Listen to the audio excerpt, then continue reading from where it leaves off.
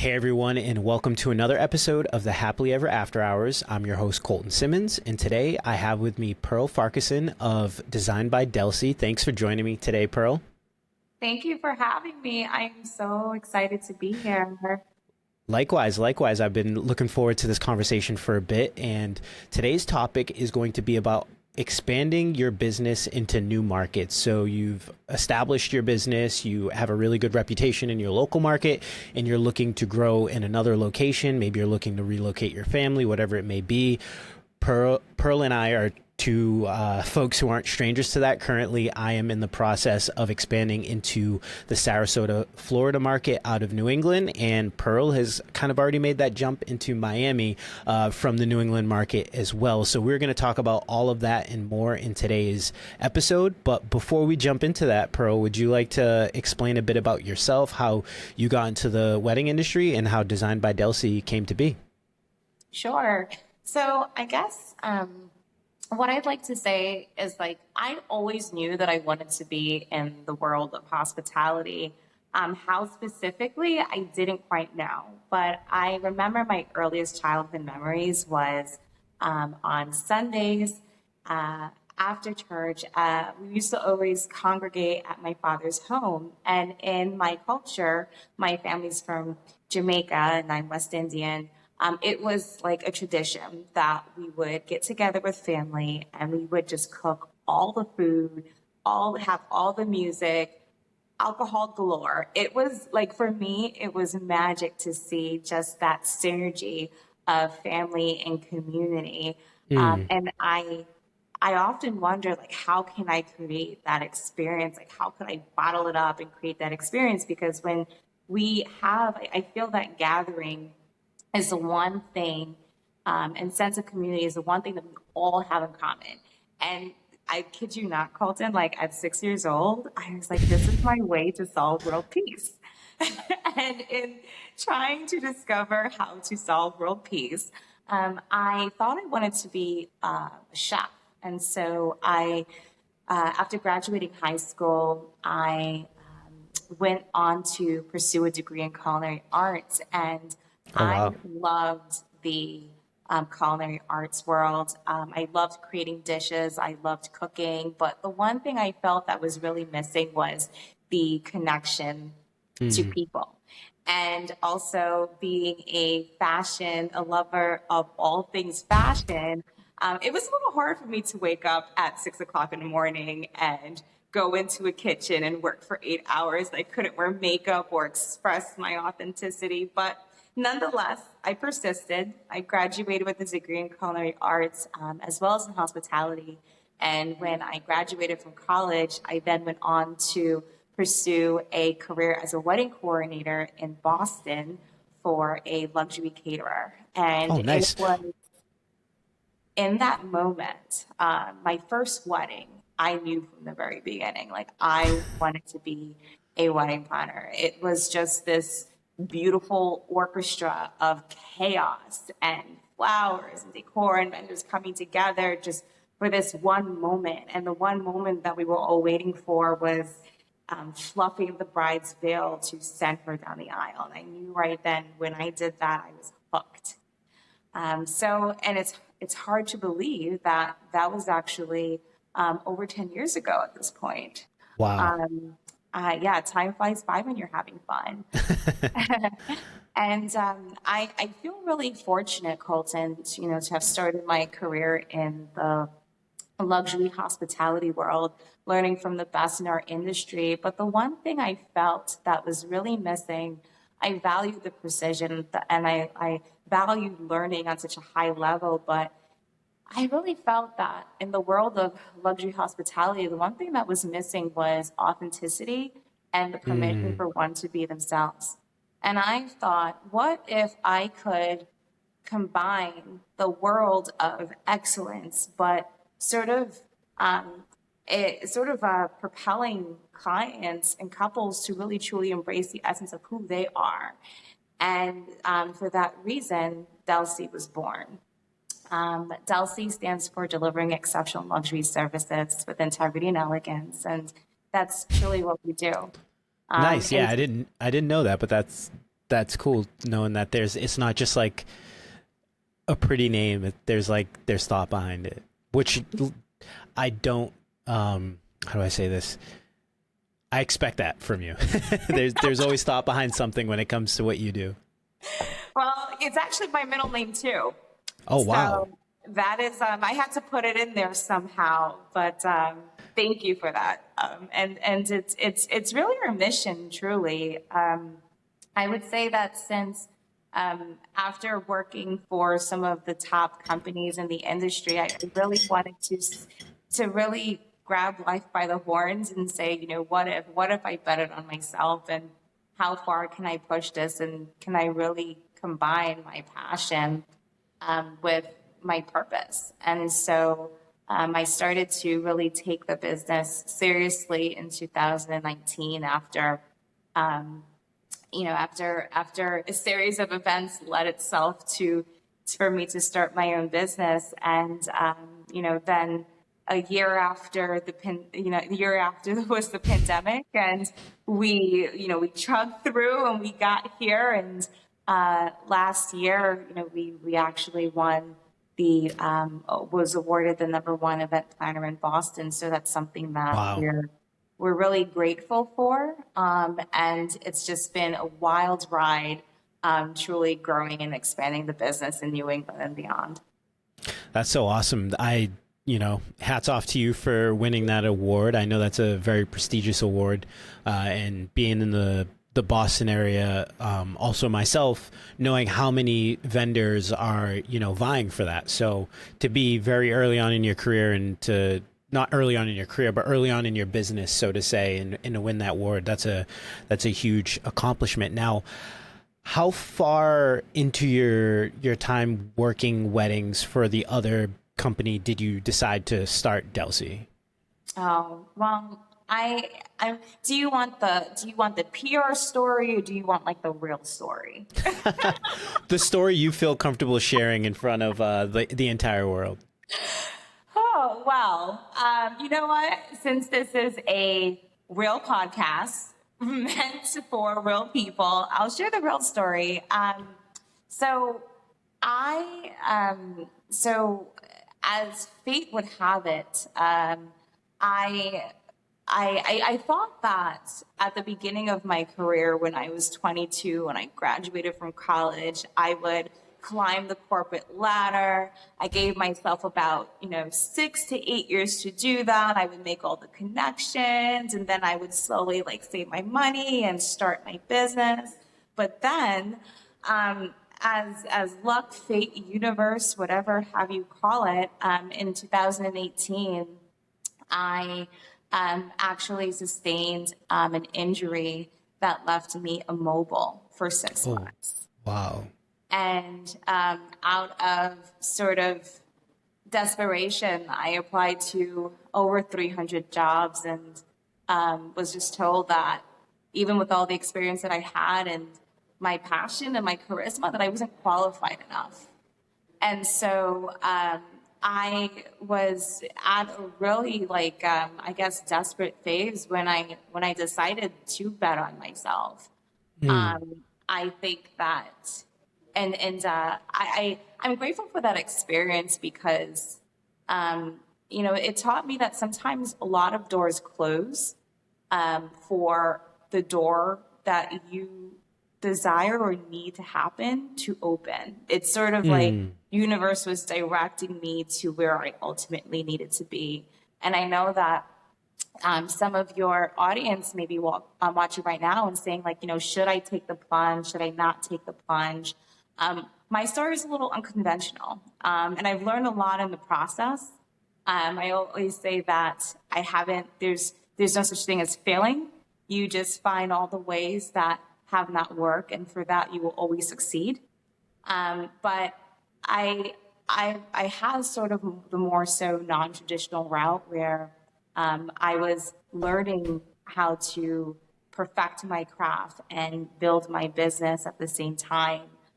It was really hard, but I also feel that if you're really passionate and committed to anything, you could teach yourself anything. And so that's what I did. No, definitely. I definitely resonate with that because what you said spoke out to me. You were in a very desperate situation where it was like you either do whatever you can to get out of that situation, or you're going to be in a place where it was like, where's rent going to come from? Where's like food going to come from? Because you only had yourself to rely on. And I tell my coaching students this all the time. It's like a huge part of like my mindset training with them is like, you have to find your why and your place of desperation, because it's only going to be out of those moments of desperation that great things are going to happen.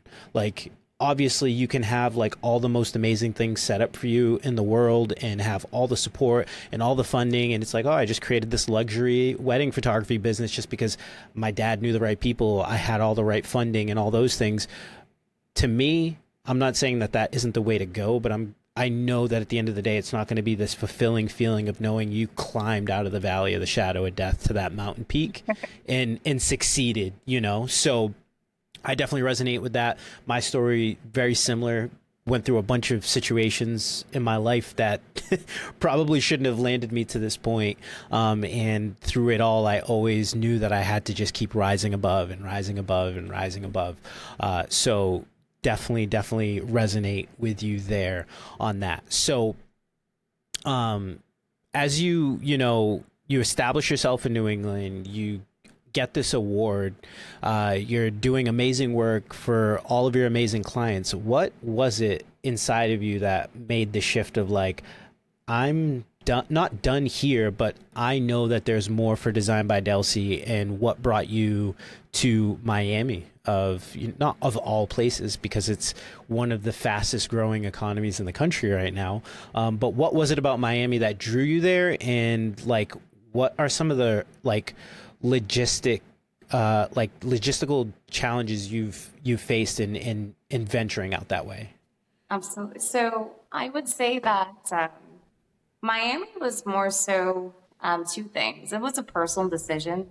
I felt that this is where I needed to be just in my phase of my personal life right now. But from the business standpoint, I would also say that I have been traveling and vacationing in Miami for the winters for the past 2 years before taking the plunge to move down here part time. And what I loved about this hub of Miami is that it has truly come to be known as such an innovative and design forward city.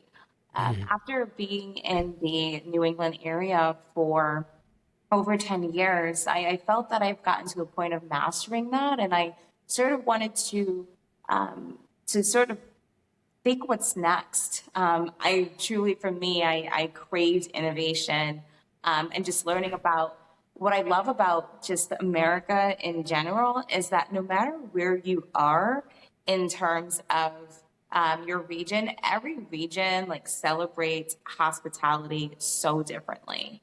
Yeah. And what I really appreciated about Miami was that it was just a new, fresh, and vibrant approach. And so, lastly, I feel like Miami, it's really known for being the gateway to the world. And so, it's just an amazing opportunity to establish global connections and learn a new way of doing hospitality. Awesome. Now, like you just said, the hospitality industry is celebrated differently throughout different parts of the world. How would you say it differs in Miami than it does, say, in Boston? I would say I have learned to appreciate every region for its own niche or niche. But I would say what I love about Miami is that it is all about the party. It is viva, it is vibrant, it is all life all the time. And it's very similar to my Jamaican culture. And so while I'm very familiar with it, I almost feel like it's the best of both worlds. I feel that in Miami and South Florida, the more vibrant, more the more better. And I think that that is the best way to celebrate. I think that you've also asked about some logistical challenges. There are many.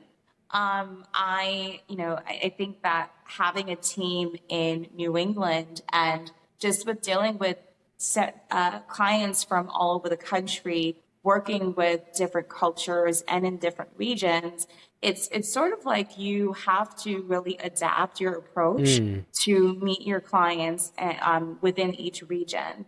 I also have this saying that like true hospitality is meeting people where they are. And so I really, while it isn't a challenge to have to learn what are the elements that matter most to our couples, I really do feel like that is actually the core essence of luxury. So it's definitely a fun, a welcoming challenge, but definitely nonetheless quite fun to experience. definitely. And like I said at the beginning of the podcast, being someone who also is venturing into that South Florida market as well, albeit on the West Coast, there are these changes that it's just completely different, mentality in terms of how planning goes. Like I this year I have a wedding in New England. I want to say like one weekend in December, and then the next weekend I'm in Sarasota for a wedding. So my mindset between one wedding and the next completely shifts when it comes to even logistical things. Sunset in southern Florida, even though it's on the East Coast, is an hour after it is up here. So I have to shift my whole day of how I would normally do things with a couple. I mean, for the sheer fact that we can go outside and be outside in December and not have to worry about 30-degree temperatures and things like that, all factor into how you change, planning, as well as like how seasons are different. How, when I started venturing into that market, I'm like worried. I'm like, why are, couples not inquiring? And then I realized that like they're planning on a whole different calendar than weddings up here are. So if I Exactly. normally get most of my inquiries and bookings in March up north, then I should be expecting all of my inquiries and bookings for 2024 to happen at the end of summer for Florida, because they're planning for November, December, January weddings. So it's just a matter of like shifting your paradigm while also still operating up here. It's like you're not shifting your paradigm fully. You're just opening your mind to a new way of doing things alongside what you're already doing, creating new workflows and things like that. In all of that, have you found strategies for other vendors that may be looking to expand their business to another part of the country? Have you found strategies that work for you in your national expansion of your wedding business that you'd like to share with the listeners? Oh, absolutely. I think that my number one secret rule my strategy is to network.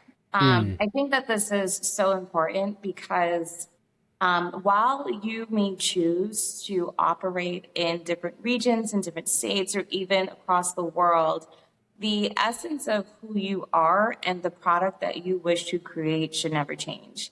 And mm, as a planner, I think it is important for me to align myself with creatives that not only produce amazing work, but whose values align with my own.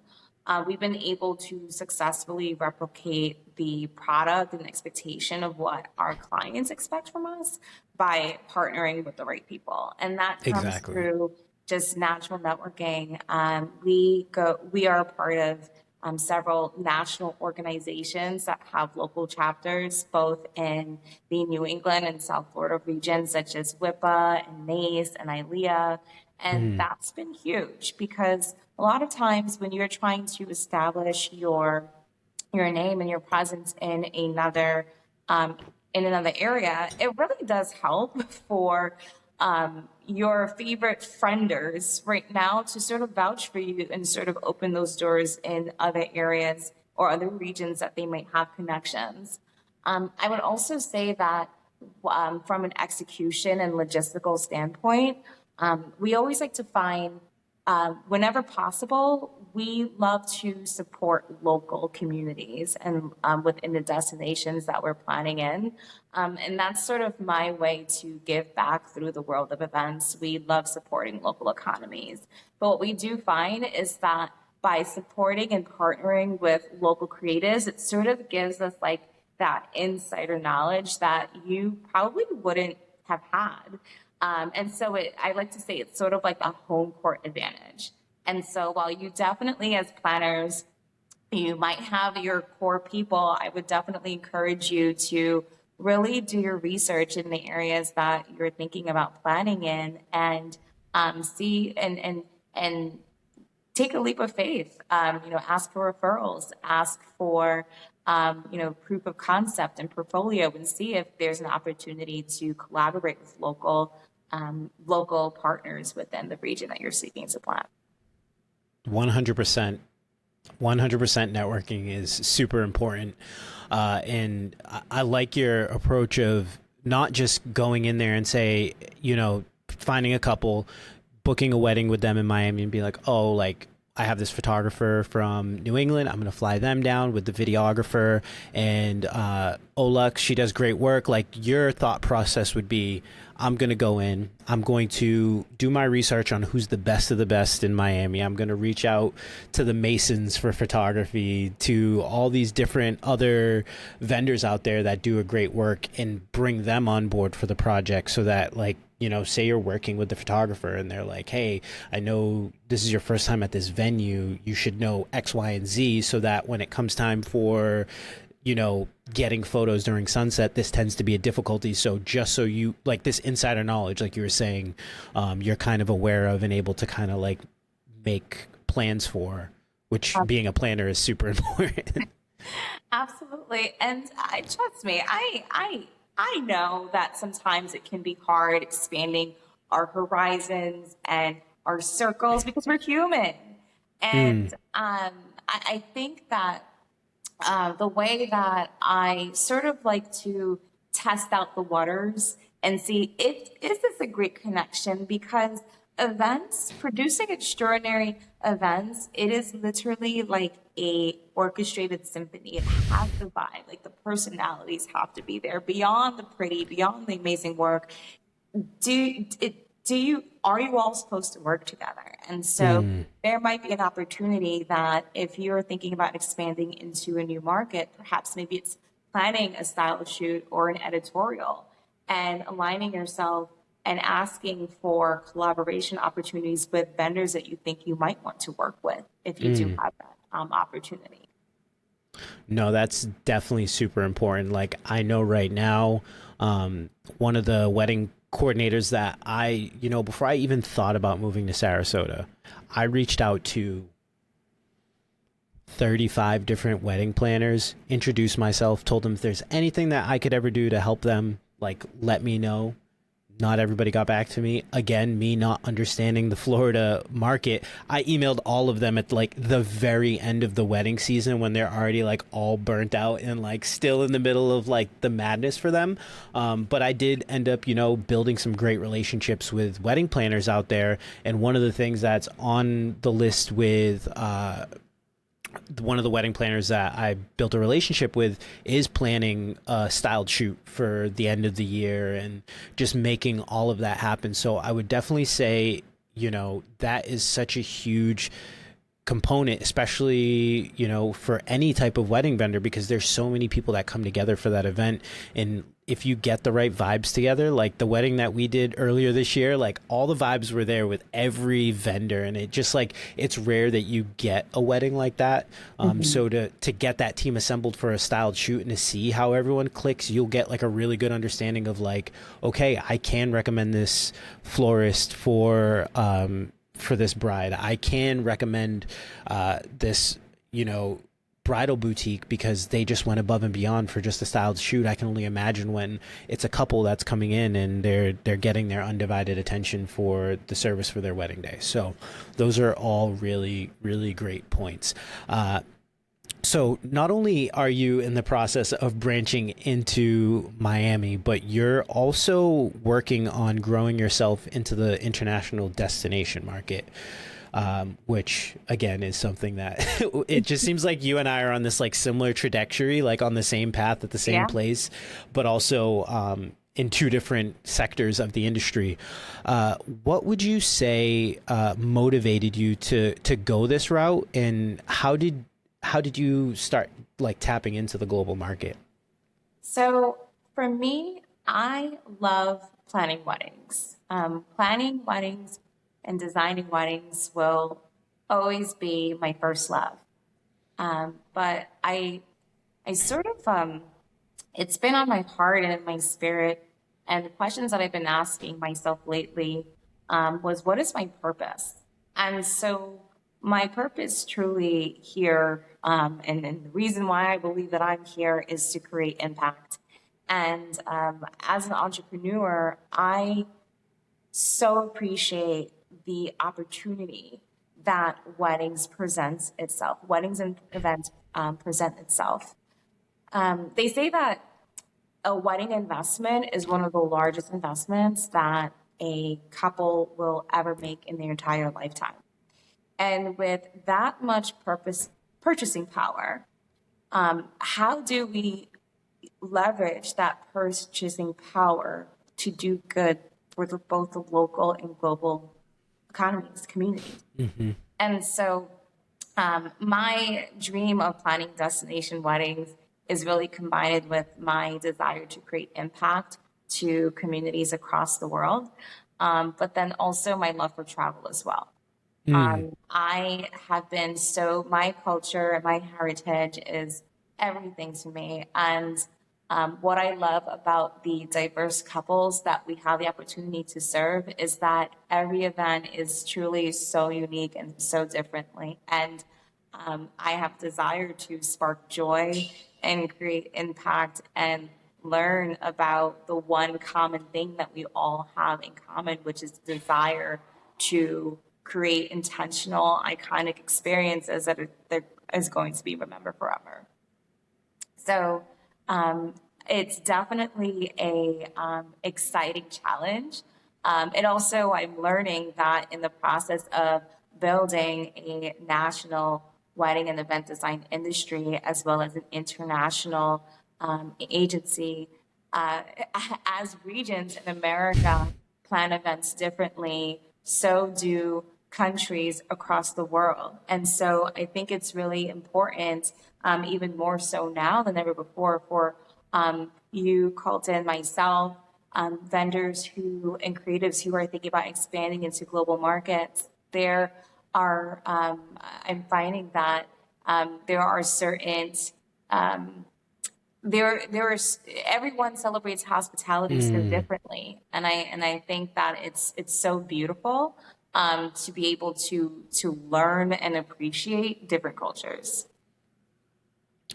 I'm like literally like as you're speaking about this, I'm thinking about just the sheer fact of next Tuesday I leave to shoot a wedding in Puerto Rico, and although most people think that I am Puerto Rican, I'm not. So that culture to me, I grew up with tons of people in the Puerto Rican culture in the neighborhood that I grew up in, but it was never like a culture like I immersed myself in. So for me, going out to Puerto Rico and I'm shooting a wedding for the bride's American, the groom is from Puerto Rico.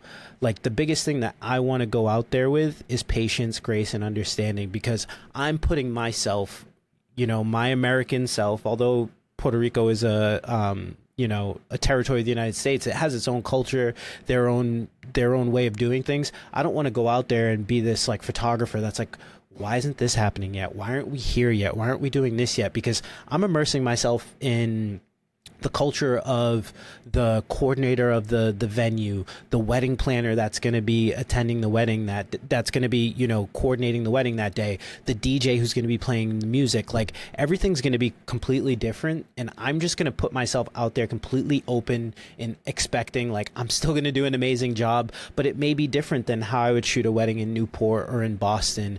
And that's something that like when we venture into those markets, whether you're going to Puerto Rico, whether you're going to Mexico, whether you're going to Italy, Italy, whether you're going to Spain, whether you're going to South Africa, wherever it may be, every culture, like you said, is completely different. And we have to approach those different cultures, like you said, like and treat them as if not as if they're our own, but with the respect, as if they're our own, because the last thing you want to do is go to some other country and just like make like your everything you've worked so hard for in the States just fall apart because your lack of understanding and willingness to have patience and grace. So what would you say, like, in addition to what I just said? Yeah, I think that the one word that comes to mind for me, Colton, is humility. I think that as entrepreneurs, especially creatives that are so that sort of need to be in a position to know everything about our craft when it comes to educating our clients, there is something to be said about humility when embracing different cultures than our own. And so when I think of humility, I think of the style of learning that my team adapts. And for example, we have a Nigerian American wedding coming up in a month. And there are many traditions that we have actually not had the pleasure of being a part of. And so I feel that asking the right questions, and this sort of goes back to having connections in the regions, because they become extension of your own team. And so you do have a home court advantage. I think it's better to ask and sort of learn. Because, if you ask the question, be willing to be able to listen, and be able to be still and listen and learn. I think that we are always constantly learning, evolving, and growing. But I think that approaching a new region in a space of how can I add value, but also how can this experience add value to me, is really the approach that I would take. And so that sounds amazing, Colton. Puerto Rico, like, oh, I hope that it's an amazing experience for you. I hope so too. I saw Valentina out there a few weeks ago, and I'm like, man, like I need to get out there. I'm excited. And the great thing too is, like, whenever I do these destination weddings, I always plan my schedule in a way that like my family can come out, and we spend a few days prior to and a few days after, because like the biggest thing about me is making sure that my children walk away from their childhood and their experience with, you know, my wife and I, like learning and growing as much as possible. And what better way to like teach your kids like the value of hard work and what your dreams can do than bringing them along for the journey, and also teaching them about these amazing cultures that you get to experience in a way that's different than just being at the wedding, like going into San Juan and like eating at a hole in the wall restaurant and just like yeah, you know. So it's there's so many layers to it, and so many things about like just my life goals that is like, you know, I every day blessed that this is what I get to do for a living, is capture people's love stories and tell it back to them in a photographic way, and also immerse myself into so many different families, cultures, lifestyles, and everything that goes with it. So how do you, as a wedding planner, how do you incorporate the luxury element of weddings into what you do? Because you are a luxury wedding planner. So what is it like? What does luxury mean to you when it comes to the events that you put on and your business overall? So there's, I think, a common misconception that luxury has to be the most opulent thing that you can produce. Where for me, what luxury means to me is producing intentional, iconic, and impactful experiences. And that's sort of my approach, and that's actually my mission. I also think that luxury is incredibly subjective. I think that anything that is sentimental to someone that is produced in the best way possible. It is really the true definition of luxury as it pertains to a specific person. I would say that when, our events, our luxury events are known for being luxury by just a level of service that we, our service standards. So we strive to pursue every experience with over two things: over delivering upon the client's expectations. And we do that by staying 10 steps ahead of the client before they even knew that they had a need or want. And I think that the approach of producing the best possible with that level of service is paramount and key. I would also say that for me, luxury is what I interpret luxury as is we have the saying in my company that, if it's been done, we don't want to do it, right? We want to be Yeah. original and authentic. But if it's an amazing idea, how do we add a fresh perspective and approach? And so for me, when I think of luxury, I think of cutting edge, I think of unique, I think of bespoke and authenticity. And that is what we strive to create, and that is what hallmarks a Delsie luxury experience. 100%. So often I hear people conflating luxury wedding planning, luxury photography, luxury this, luxury that, to weddings that you see on the front cover of Brides that, Hollywood A-list celebrities are all attending. And although there is an element of luxury to that, luxury is knowing that you're paying somebody for a service and you're getting what you paid for and all the unexpected things that go along with it.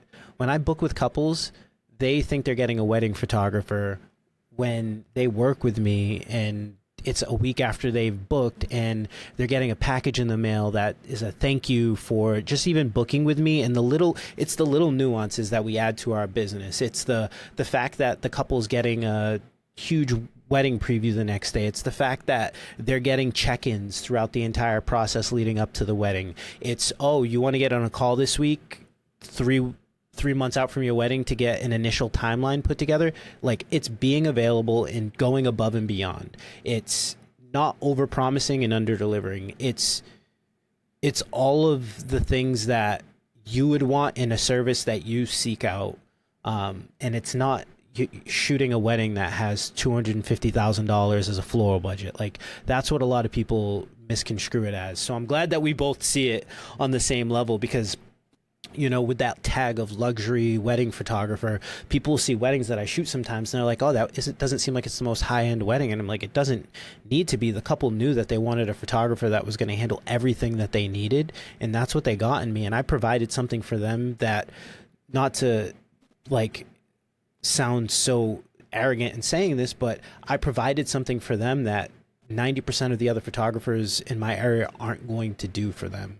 And I can take pride in my work knowing that that's what I provide for my couples, which I know you take pride in providing for your couples the exact same experience. Absolutely. And and Colton, I've had the absolute pleasure of partnering with you and seeing you work firsthand. And the one thing that I remember from our experience working together was that not only were you committed to just making sure that you stayed 10 steps ahead of the couple in anticipating their needs, which is a hallmark of a luxury experience, but you stayed 10 steps ahead to anticipate our needs as planners. And when I think about that, that is something that I feel definitely made you stand out in terms of being a creative partner. And when we're trying to, I also feel that I have conversations with a lot of creatives, and there's this connotation that we just have to produce the pretty, and that is luxury. Like, luxury is so far beyond the pretty. It's all in terms of how can I make this in a seamless experience for not only the client, but the creatives. And Mm. when you focus on providing value, you will always be in high demand, I think. Well, thank you for your kind words. And I can't agree with you more. Like, the one thing that I tell every single one of my coaching students is you want to walk away from every experience that you have with a wedding vendor, a potential client's family. You always want to walk away saying, how did I out add value to that person? Not that it's some competition that if, like, somebody does something for you, you're going to do twice as more. It should just always be like, I'm going to walk away from this situation knowing that I added value and I didn't want anything in return.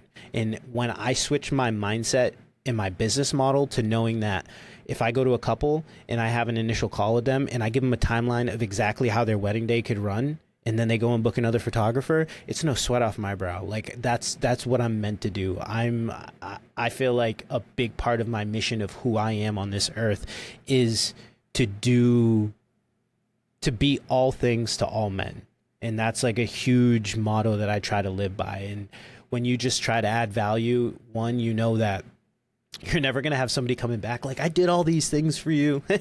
And you also know that, like, you're just putting out good into the world. So I'm thankful to know that there's plenty of people like us in the wedding industry that have that mindset of, just putting value first. So we talked a lot about you expanding into Miami, about you, growing into this global market now. What kind of advice would you give to aspiring wedding planners that are looking to build and expand their business in a similar way that you have? I would say that I'm going to give this advice and also be open to receiving this advice as a gentle reminder with myself. Yeah. I would say that it takes time. I also think that we live in a culture where we're so, maybe you can relate to this, Colton. Like, I feel that we live in a culture where we feel that things have to be instant, but not fully embracing that true longevity takes time to cultivate. The best relationships take time to cultivate. And so, if you are thinking about expanding your horizons, I would ask when I decided that I wanted to really take the plunge and be in multiple locations, I first had to look internally within my own business.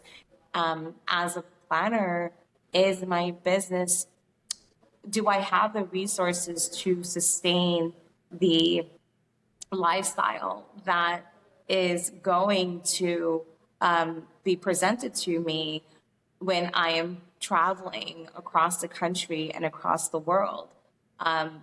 Thankfully, I have spent the past year building my team and being able to still have a solid New England presence with my event producers that are there while I'm in other parts of the country. But that was something that I had to make sure that the systems were in place. I would also say that effective marketing takes at least 6 months for it to sort of start working and wheels to turning. And so while you have this vision, start doing just one thing a day to make it a reality. Maybe it's starting to blog about the places that you want to plan or events in or work in as a creative. Maybe it's finding creatives within that region and asking for a virtual chat and having informational interviews. Immersing yourself within the lifestyle that you wish to create for yourself, and just starting small, going to networking events where you are meeting other destination wedding planners, other destination creatives. For example, Engaged is huge in our Yeah. community and in our industry. And so aligning yourself with finding the right creatives and aligning yourselves with the creatives that are really in the pool that you want to be with is going to go really far. So I would say that those are definitely the first steps that I would take if I were thinking about expanding into destination weddings and events. That is very, very great advice. And I do agree with you that, that is, a similar path that I took. One other thing that I would also add is being very open to not, being where you are now. And how I say that is like, say you're San Antonio wedding photographer and you've built yourself up over the last 7 or 8 years and now you're like the big fish in the little pond. Like embrace being the little fish again and remember all the things that you did early on in your career and just implement those in that same market, because if you've built yourself up in one place, you have the blueprint. It's just a matter of knowing the different, the different cultures, the different way things are done in a new location. But it goes back to what you were saying earlier, Pearl, about just having humility and saying, I know I'm new here. I'm not expecting, maybe you take a price cut or something because the market that you want to be in, although it's different than where you are, maybe their economy is a little bit different and their average cost for a vendor that you provide service for is a little bit lower. Maybe you take a pay cut to go out there.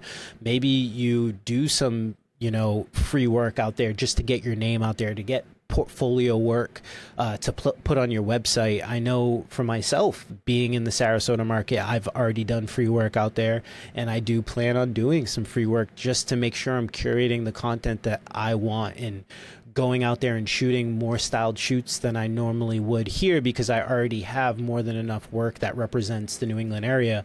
And taking those humble beginnings again in a new location will really help you gain footing. And again, you're only going to be adding value to those who you work with. So it all comes full circle to making sure that you're adding value to anyone and everyone that you work with. So I really appreciate you, Pearl, amidst, although you're in 2 markets now, I guess all the time is busy wedding season for you.